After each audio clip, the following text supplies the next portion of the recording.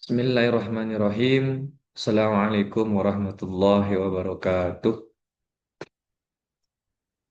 Baik, anak-anakku, pada kesempatan video kali ini kita akan membahas tentang bab 2 yaitu mengenal iman dan rukun iman.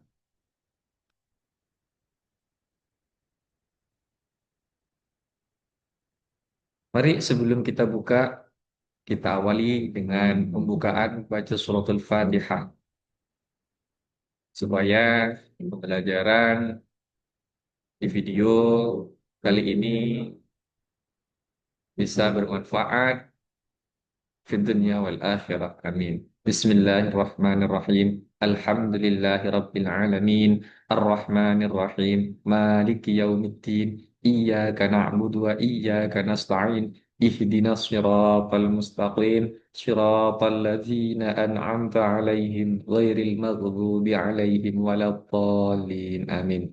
Terima kasih anak-anak. Selanjutnya yakni kita akan membahas tentang apa itu iman. Jadi di sini iman ini berasal dari bahasa Arab. Kata kuncinya iman artinya percaya atau yakin. Pak Reza ulangi, kita akan membahas tentang iman yang artinya iman adalah percaya atau yakin. Ya, jadi iman itu artinya percaya atau yakin. Nah, ini kata kuncinya yang harus kita pahami terlebih dahulu sebagai dasar atau awal. Iman artinya percaya atau yakin. Jadi semisal nanti ada pertanyaan, apa itu iman kepada Allah? Maka iman kepada Allah adalah percaya atau yakin kepada Allah. Apa itu iman kepada malaikat? Berarti percaya atau yakin kepada malaikat. Seperti itu anak-anak. Kemudian kita lanjut, yakni apa itu rukun iman. Nah, jadi rukun iman adalah 6 pilar keimanan dalam Islam yang menjadi dasar keyakinan setiap Muslim dalam berpikir, bersikap, beribadah, dan beramal. Jadi rukun iman ini punya 6 pilar. Ya. Di dalam rukun iman ini nanti ada 6. Jadi rukun iman ada berapa? Ada 6 pilar. Nah, ada 6 yang menjadi dasar keyakinan setiap muslim. Jadi dasar, apa itu menjadi dasar? Nah, Pak Raza analogikan kita ingin membangun rumah. Sebelum kita membangun rumah, pasti yang dibangun terlebih dahulu apa? Yaitu pondasi rumah. Agar apa? Agar rumah tersebut bisa berdiri kokoh dan kuat. Ketika pondasinya kuat, maka rumah yang dibangun juga akan kuat. Nah, kemudian di Islam ada rukun iman yang ada 6 jumlahnya nanti kita akan bahas satu-satu ya. Nah, itu juga menjadi dasar atau menjadi pondasi ya keyakinan setiap Muslim. Dalam hal apa? Yaitu dalam hal berpikir, bersikap, beribadah, dan juga beramal. Nah, jadi ini menjadi pedoman kita atau menjadi kepercayaan keyakinan kita. Kemudian selanjutnya, rukun iman itu ada 6 yang disebut tadi 6 pilar. Yang pertama yaitu iman kepada Allah.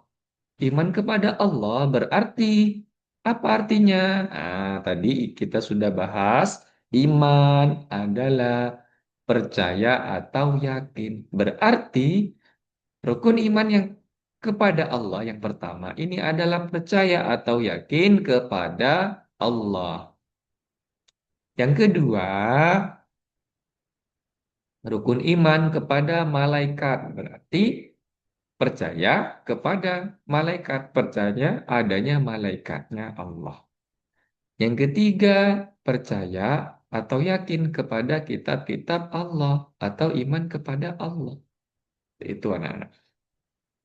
Selanjutnya yang keempat, setelah kita percaya ke kitab, kita juga beriman kepada rasul-rasul Allah.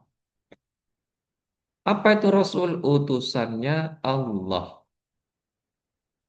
Jadi kita percaya atau yakin kepada utusan-utusan Allah yang disebut rasul-rasul Allah. Itu yang keempat.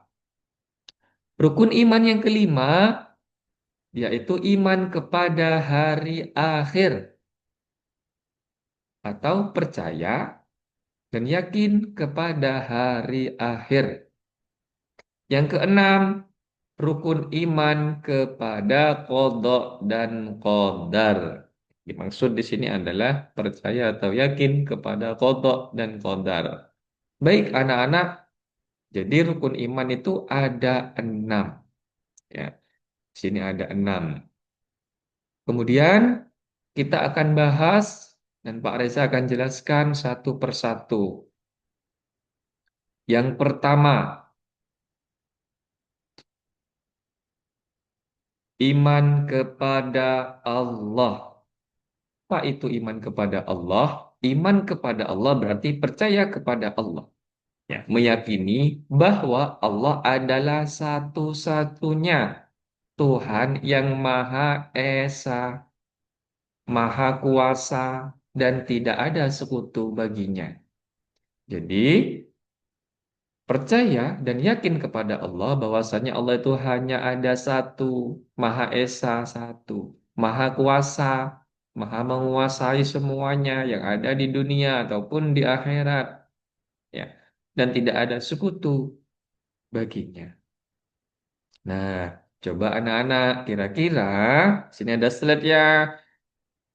Hmm, nah, gambar manakah yang merupakan ciptaan Allah di sini ya? Kira-kira yang mana ini ya? Bisa kalian pahami sendiri, anak ya. Kemudian selanjutnya iman kepada malaikat. Iman kepada malaikat. Apa itu iman kepada malaikat? Nah, meyakini keberadaan malaikat yang diciptakan dari cahaya dan selalu taat kepada Allah.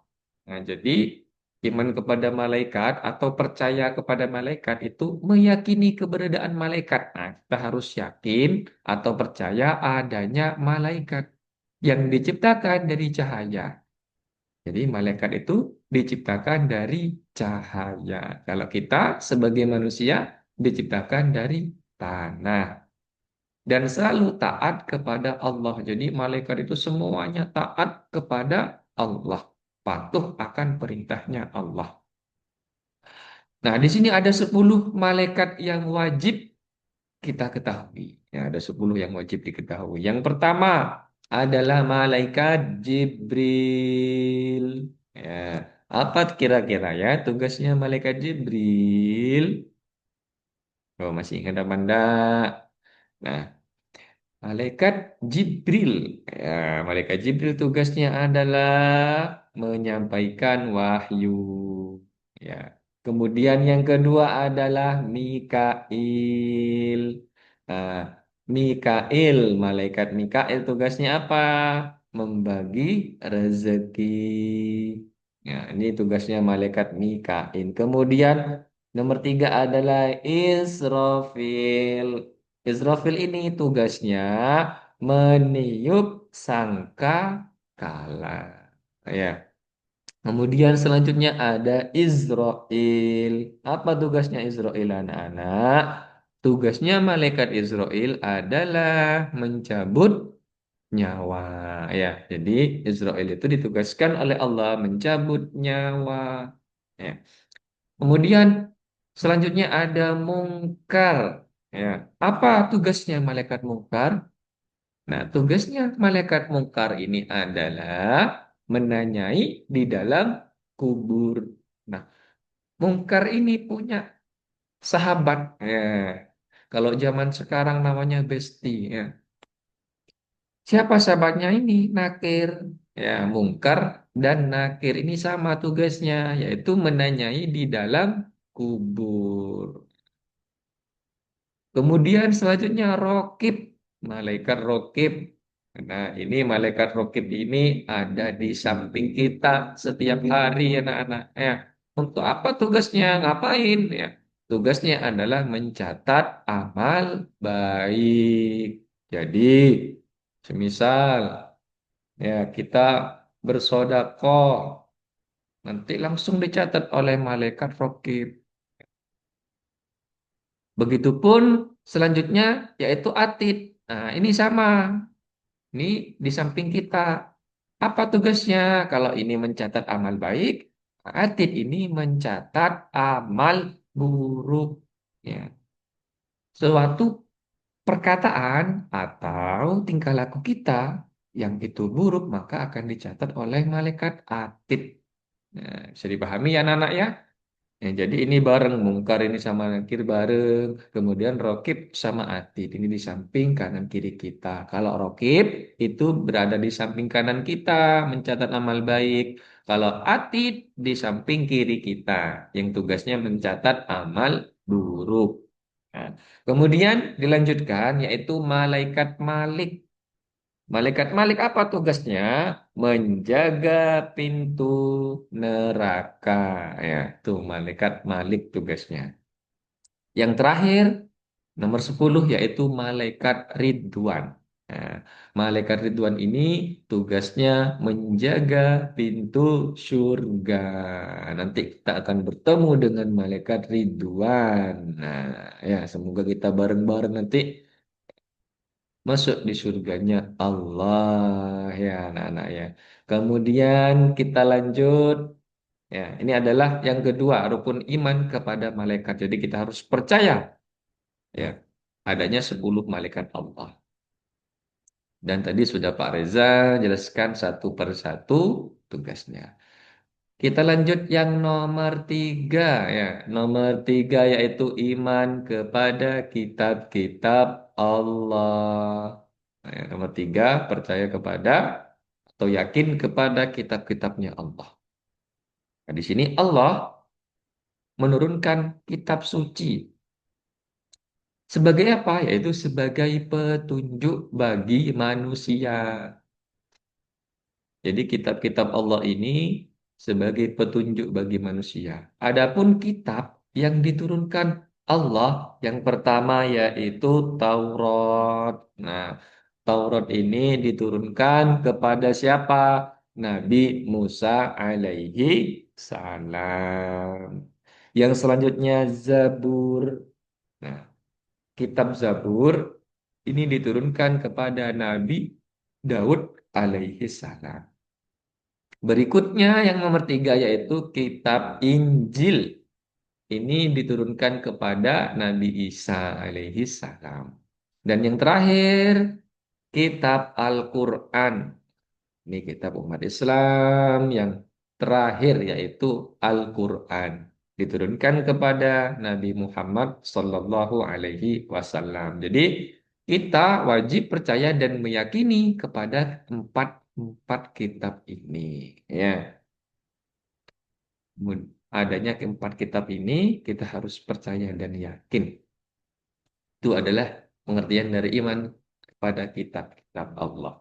Kemudian yang keempat, anak-anak, iman kepada Rasul Allah. Apa itu? Yakin atau percaya kepada Rasul Allah. Ya. Artinya adalah meyakini bahwa Allah mengutus para nabi dan rasul sebagai pembimbing umat manusia. Jadi kita harus percaya bahwa Rasul itu memang benar-benar ada dan kita harus yakin ya karena Rasul itu ya, diutus oleh Allah untuk membimbing umat manusia. Baik anak-anak, coba anak-anak sebutkan ya nabi ya, atau Rasul yang wajib diketahui ada berapa dan sebutkan nama-namanya ya. Kan ada berapa ya kira-kira yang wajib diketahui? Nah, seperti itu. Selanjutnya, Kita lanjut nomor 4 anak-anak. Nomor 5 sekarang nomor 5 tadi nomor 4 sekarang nomor 5 yaitu iman kepada hari akhir. Nah, apa itu artinya iman kepada hari akhir? Yaitu meyakini hari kiamat adalah bagian dari iman. Jadi kita harus yakin bahwasanya nanti ada hari kiamat, ya, di mana dunia akan berakhir dengan kehendak Allah. Di dunia dan seisinya, entah itu manusia, tumbuhan, hewan yang berada di bumi atau di dunia akan berakhir dengan kehendak Allah yang disebut hari kiamat. Kemudian tanda-tanda kiamat ini dibagi menjadi dua. Ya, ada kiamat kecil atau dan yang satunya kiamat besar. Atau disebut biasanya kiamat sugro dan kiamat kubro. Nah, seperti apa tanda-tanda kiamat kecil? Yaitu bencana, seperti tanah longsor, banjir, kemudian ada kematian. Ya, jadi ada orang tua meninggal, orang muda, bahkan ada bayi juga yang meninggal. Itu disebut kiamat kecil. Kemudian di sini ada fitnah. Ya, kira-kira kalau yang sekarang tanda-tanda kiamat kecil itu sudah ada apa enggak? Sudah terjadi semua. Kalau tanda-tanda kiamat kecil. Nah, atau kiamat sugro namanya. Nah, kemudian yang kedua yaitu kiamat besar atau disebut biasanya kiamat kubro. Nah, apa contoh tanda-tandanya? Nah, yang pertama yaitu matahari terbit dari barat. Nah, ini mataharinya terbit dari barat. Kemudian dan munculnya Dajjal. Ini tanda-tanda kiamat kubro atau kiamat besar. Nah, itu dah tadi ciri-ciri atau tanda-tanda kiamat sugro maupun kubro. Setelah kiamat terjadi, nah ini kelanjutannya ya, semua manusia akan dibangkitkan dan dihisap amal perbuatannya. Jadi, selain kita harus percaya adanya kiamat, kiamat kecil, kiamat besar, ya atau sugro, kubro, dan kita harus percaya nanti setelah kiamat terjadi, semua manusia dari zaman dahulu Nabi Adam, nah, dari Nabi Adam sampai Nabi Muhammad semuanya nanti akan dibangkitkan dan dihisap amal perbuatannya. Yang baik-baik, yang banyak yang baik, dihisap banyak baiknya ya. Kemudian nanti akan masuk surga. Kemudian yang selama hidupnya lebih banyak amal buruk, maka akan sebaliknya masuk di neraka. Selanjutnya yang terakhir ini anak-anak adalah iman kepada kodok dan qadar. Ini yang nomor 6. Iman atau percaya atau yakin kepada kodok dan qadar. Di sini artinya meyakini bahwa segala sesuatu telah ditetapkan oleh Allah. Jadi segala sesuatu itu sudah ditetapkan oleh Allah. Yang pertama, kodok. Ya. Apa itu artinya kodok? Kodok adalah ketetapan Allah sejak awal penciptaan. Jadi kodok ini sudah dari awal sudah ada, sudah ditetapkan oleh Allah. Apa sih ya kira-kira contohnya? Seperti umur kita atau usia itu sudah ada dari zaman kita ditetapkan di awal penciptaan kita itu sudah ditetapkan sama Allah. Kemudian jodoh kita itu sama ketika kita diciptakan itu sudah ada ketetapannya atau kodoknya. Ya. Jadi rezeki juga sama sudah ada ketetapannya. Kemudian dan juga selain kodok ada kodar. Nah ini apa? Perwujudan dari ketetapan tersebut dalam kehidupan manusia. Ya. Jadi misal di sini jodohnya si A berjodoh dengan si B, ya nanti perwujudannya ada di kodar tersebut. Seperti itu. Dan rezekinya juga, ya, kematian, jodoh dan semua. Hanya yang sudah ada dalam kodok nanti perwujudannya di dalam kehidupan. Ya, seperti itu anak-anak ya. Baik, jadi anak-anak ya kita review, kita ulang lagi ya dari awal yaitu tentang iman. Iman artinya apa tadi? Ya, percaya atau yakin. Ya. Sedangkan rukun iman di situ tadi dibagi menjadi berapa? 6. Yang pertama apa tadi? Masih ingat apa enggak? Yang pertama adalah iman kepada Allah. Yang kedua, iman kepada malaikat. Yang ketiga, iman kepada kitab-kitab Allah. Yang keempat, selain ke kitab, kita juga harus beriman kepada siapa? Rasul-rasul Allah. Yang kelima, hari akhir atau hari kiamat. Ya. Dan keenam, ya, yang terakhir iman kepada qadha dan qadar. Nah, oh kalau sudah doa berarti ini sudah selesai pembelajaran tentang iman dan rukun iman. Baik, itulah tadi anak-anak. Semoga pembelajaran hari ini bisa diterima dan diingat-ingat dan bisa kita terapkan, kita yakin, kita meyakini dan percaya tentang rukun iman.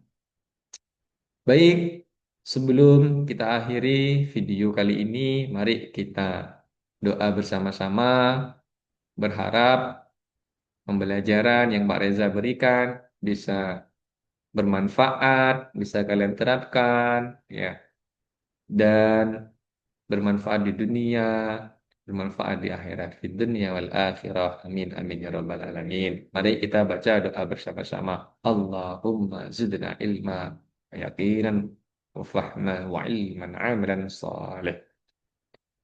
Yang artinya ya Allah, tambahkanlah kepada kami iman, keyakinan, pemahaman ilmu, dan amal soleh. Amin, amin ya rabbal alamin. Sekian dari Pak Reza, kurang lebihnya mohon maaf.